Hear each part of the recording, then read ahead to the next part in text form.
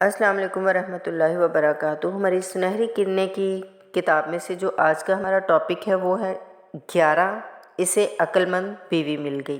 اس کا نام شن تھا۔ عرب میں اس کی پہچان ایک نہایت ذہین و فطین اور ذکی انسان کی تھی۔ لوگ اس کی خوبصورت، حکمت بھری زومانی گفتگو سنتے اور خوش ہوتے۔ دور دور تک اس کی عزت تھی۔ اب اس کی عمر شادی کی تھی۔ اس نے شادی کے لیے تگ و دو شروع کی۔ خواہش اس کی یہ تھی کہ ایسی بیوی ملے جو اسی کی طرح سمجھدار اور ذہین ہو۔ اس نے کہا میں اپنے علاقے میں مختلف جگہوں پر جاؤں گا اور اپنے لیے بیوی تلاش کروں گا۔ ایک دن اس نے اسی مقصد کے لیے قریبی گاؤں کا ارادہ کیا۔ ابھی اپنے گاؤں سے نکلا ہی تھا کہ ایک آدمی مل گیا، وہ بھی اسی گاؤں جانے کا ارادہ رکھتا تھا۔ دونوں چلنے لگے تو شن کہنے لگا، ساتھی تم مجھے اٹھاؤ گے یا میں تمہیں اٹھاؤں؟ وہ آدمی جواب میں بولا، اے جاہل، بھلا کبھی کسی سواری نے بھی دوسرے سوار کو اٹھایا ہے؟ ذرا آگے بڑھے، ایک کھیتی نظر آئی جس کی فصل پک چکی تھی۔ شن کہنے لگا، تمہارا کیا خیال ہے، اس کھیتی کا اناج کھایا گیا ہے یا نہیں؟ اس نے کہا، اے جاہل، کیا تجھے نظر نہیں آتا کہ فصل کھڑی ہے؟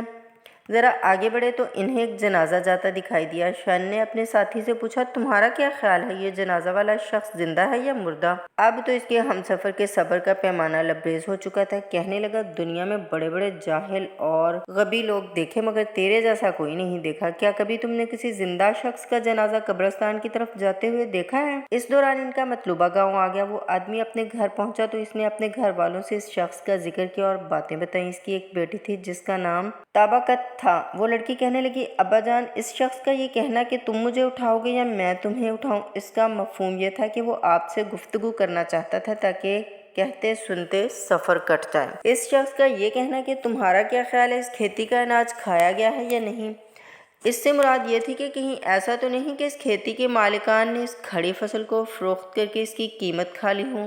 جہاں تک مسافر کا یہ سوال تھا کہ جنازہ زندہ ہے یا مردہ، تو اس کا مقصد یہ تھا کہ اس مردے نے اپنے پیچھے نیک اولاد یا کوئی قابل قدر کارنامہ چھوڑا ہے جس سے اس کا ذکر خیر باقی رہے۔ لڑکی کا باپ شن کو تلاش کرتے ہوئے اسے جا ملا اور اسے اپنی بیٹی کی باتیں سنائی۔ شن نے کہا، مجھے اسی طرح کی عورت کی تو تلاش تھی، چنانچہ اس نے اس لڑکی کا رشتہ طلب کیا اور پھر شادی کر کے اسے اپنے گاؤں لے آیا۔ لوگوں نے جب اس لڑکی کی عقل اور ذہانت دیکھی تو بے اختیار کہہ اٹھے، ہوشیار نوجوان شن کو ذہین و فطین دوشیزہ طبقہ ہاتھ لگ گئی۔ پھر اس کے بعد لوگوں میں یہ ضرب المثل رائج ہو گئی۔ واقعہ اچھا لگا ہو تو لائک شیئر ضرور کیجیے گا اور کامنٹس میں بھی اپنی رائے کا اظہار کر دیجیے گا۔